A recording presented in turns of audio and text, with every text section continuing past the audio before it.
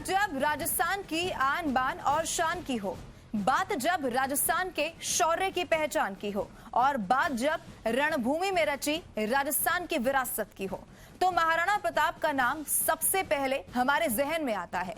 लेकिन वामपंथी लेखकों ने, इतिहास पर कुंडली मारकर बैठे उन लोगों ने अपने एजेंडे कामयाब करने के लिए महाराणा प्रताप जैसे वीर प्रतापी के बारे में गलत तथ्य पेश किए और अकबर को विजयी बताया।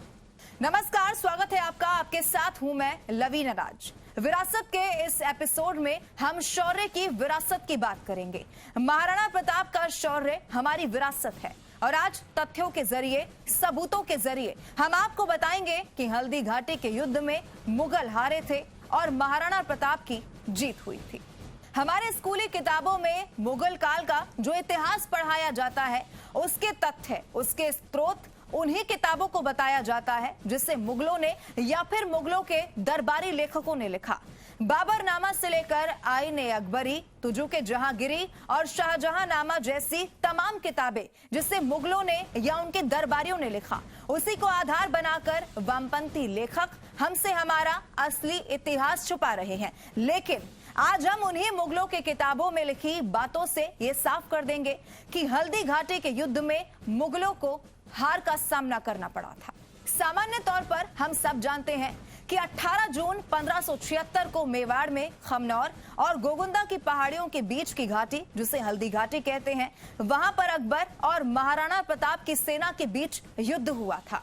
मुगल सेना का नेतृत्व मानसिंह कर रहे थे। युद्ध में दोनों तरफ से नुकसान हुआ और शुरुआती तौर पर किसी को पूरी कामयाबी नहीं मिली। मतलब ना तो मेवाड़ पर मुगलों का कब्जा हुआ और ना ही मुगलों को वापस खदेड़ने में महाराणा प्रताप कामयाब हुए और सीधा लड़ा जाने वाला ये युद्ध छापामार और गुरिल्ला वॉर में तब्दील हो गया। अब सवाल ये उठता है कि जब एक बार दोनों सेनाएं थोड़ा थोड़ा पीछे हट गई थी, तब क्या? तब मानसिंह के नेतृत्व में मुगल सेना ने गोगुंदा जाकर अपना डेरा जमाया और महाराणा प्रताप अपने घायल सैनिकों का इलाज कराने कोलियारी नामक एक जगह पर चले गए। गौरीशंकर हीराचंद ओझा, जिन्होंने मुगल काल के स्रोतों का ही हवाला देते हुए अपनी किताब उदयपुर राज्य का इतिहास में लिखा है कि मुगल सेना ने अपने आप को महाराणा प्रताप की सेना की छापामार हमलों से बचाने के लिए गोगुंदा में चारों तरफ गहरी खाइयां खोद दी और बड़ी बड़ी दीवारें बनाकर इसके भीतर खुद को कैद कर लिया, ताकि महाराणा प्रताप और उनकी सेना फिर से उन पर आक्रमण न कर सके। क्योंकि युद्ध थमने के बाद भीलों ने मुगल सेना पर छापामार हमले जारी रखे और शाही सेना में लूट खसोट मचाई और मुगल सेना बहाल हो गई। खाने को भोजन नहीं था। जब भोजन की तलाश में कुछ सैनिक वहां से बाहर जाते तो महाराणा प्रताप की सेना के सिपाही जो पहाड़ी इलाके में तैनात थे, वो उन्हें मार देते। हालात ये हो गए कि मुगल सेना के कुछ सिपाही वहां से छिपकर वापस भागने लगे। एक किताब है तबकात-ए-अकबरी, जिसे निजामुद्दीन अहमद बख्शी ने लिखा है, जिसे मुगल दरबार में बख्शी की पदवी मिली हुई थी। बख्शी ने अपनी किताब में लिखा कि हल्दी घाटी के युद्ध के बाद मानसिंह को जब बादशाह से लौटने की आज्ञा हुई और बाद में जब शाही सेना की दुर्दशा की जांच की गई, तो पता चला कि जब शाही सेना मुसीबत में थी, तब मानसिंह ने महाराणा प्रताप के मुल्क को लूटने की आज्ञा नहीं दी और इसी से नाराज होकर मुगल बादशाह ने कुछ वक्त के लिए मानसिंह का मुगल दरबार में प्रवेश रोक दिया। अलग अलग सोर्सेस की जानकारी में थोड़ा बहुत फर्क जरूर है, लेकिन हर सोर्स में साफ होता है कि हल्दी घाटी के युद्ध के बाद बादशाह अकबर मानसिंह से नाराज हुए थे और कुछ वक्त के लिए दरबार की ड्योढ़ी उनके लिए बंद हो गई थी। अब यहाँ पर दो सवाल उठते हैं। पहला सवाल कि क्या वाकई में मानसिंह ने लूटने की आज्ञा नहीं दी, और दूसरा सवाल ये कि क्या वाकई हालात ऐसे थे कि मुगल सेना लूटने की स्थिति में हो। इसका जवाब भी हमें मुगल लेखक अबुल फजल की किताब अकबरनामा में मिलेगा, जिसे आईने अकबरी भी कहते हैं। उसमें अबुल फजल ने लिखा है कि शाही सेना द्वारा महाराणा प्रताप के मुल्क को न लूटना और महाराणा की खोज में उनके पीछे न जाना उनकी दूरदर्शिता थी। इससे ये साफ हो रहा है कि शुरुआती युद्ध के बाद मुगल सेना ने खुद को गोगुंदा में बड़ी दीवारों और खाइयों के बीच कैद कर दिया। गोगुंदा से बाहर न जाना उनके लिए कोई ना कोई मजबूरी थी। समझदारी इसी में थी कि वे गोगुंदा में ही रहें। अब आप ये सोच रहे होंगे कि वो कौन सी मजबूरी थी। दरअसल हल्दी घाटी के युद्ध से पहले ही महाराणा प्रताप ने बड़ी योजना तैयार की थी। वो ये तय कर चुके थे कि मेवाड़ की जनता और मेवाड़ की सेना मुगलों की गुलामी स्वीकार नहीं करेगी, चाहे उनके पास कितनी भी बड़ी सेना क्यों ना हो।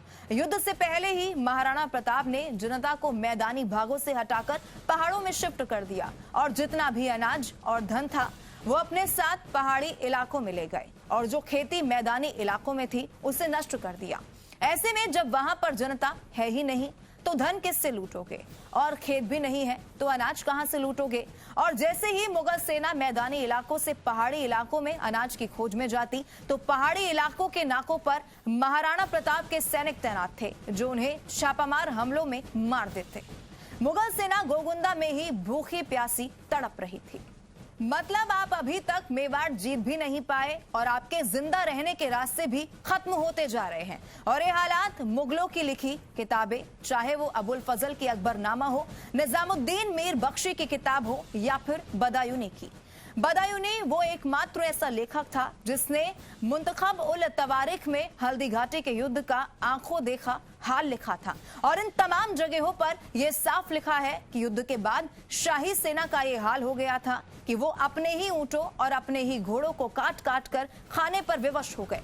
और इस तरह तिल तिल मरती मुगल सेना की बेबसी देख मानसिंह ने मुगल बादशाह अकबर से वापस लौटने की इजाजत मांगी। उन्हें बताया कि पूरी सेना का हाल बेहाल है, आगे का युद्ध लड़ना तो दूर, जिंदा रहने के लिए भी अनाज तक नहीं है। और आखिरकार अकबर ने मानसिंह को लौटने की आज्ञा दी। अब इतनी कहानी के बाद हम हल्दी घाटी के युद्ध के परिणाम पर आते हैं। हमारी स्कूली किताबों में तो वामपंथी लेखकों ने परिणाम अपने हिसाब से लिख दिए, लेकिन कुछ सवाल है। मुगल सेना अगर मेवाड़ जीतने में कामयाब होती तो उनकी जीत होती, लेकिन वो तो इसमें कामयाब हुई ही नहीं, मतलब मुगलों की जीत हुई ही नहीं।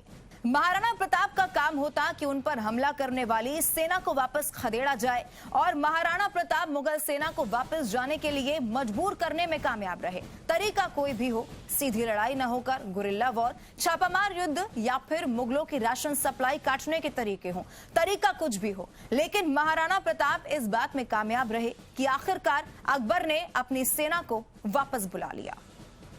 एक और महत्वपूर्ण बात, किसी भी सेनापति का जीत के बाद सम्मान होता है और हार के बाद अपमान होता है। मुगल सेना का सेनापति था मानसिंह। अगर मुगल जीते तो मेवाड़ से लौटने के बाद अकबर मानसिंह से नाराज क्यों हुए और कुछ वक्त के लिए उनकी मुगल दरबार में एंट्री क्यों रोक दी गई। या फिर इसे ऐसे समझिए, अगर कोई भी राजा किसी इलाके को जीतता है तो वहां का राज अपने ही किसी आदमी को देता है। इतिहास का कोई भी तथ्य ये नहीं बता रहा है कि हल्दी घाटी के युद्ध के बाद मेवाड़ पर अकबर ने किसी अपने आदमी को बिठाया हो। मतलब अगर मुगल जीते तो अपना राज यहाँ क्यों नहीं बिठाया। इन तथ्यों से ये साफ हो जाता है कि हल्दी घाटी के युद्ध में महाराणा प्रताप मुगल सेना को वापस खदेड़ने में कामयाब रहे। ये भी साफ हो रहा है कि मुगलों के दरबारी लेखक अपने राजा की हार को सीधे शब्दों में नहीं लिखेंगे और उन्हीं मुगलों की किताबें आज भी हमारे स्कूलों में पढ़ाई जाएंगी। तो आने वाली पीढ़ी के सामने इतिहास की गलत तस्वीर पेश की जाएगी। विरासत के इस एपिसोड में हमने आपको तथ्यों के आधार पर बताया कि हल्दी घाटी के युद्ध में महाराणा प्रताप हारे नहीं थे। फिर होगी मुलाकात एक और दिलचस्प किस्से के साथ विरासत के अगले एपिसोड में।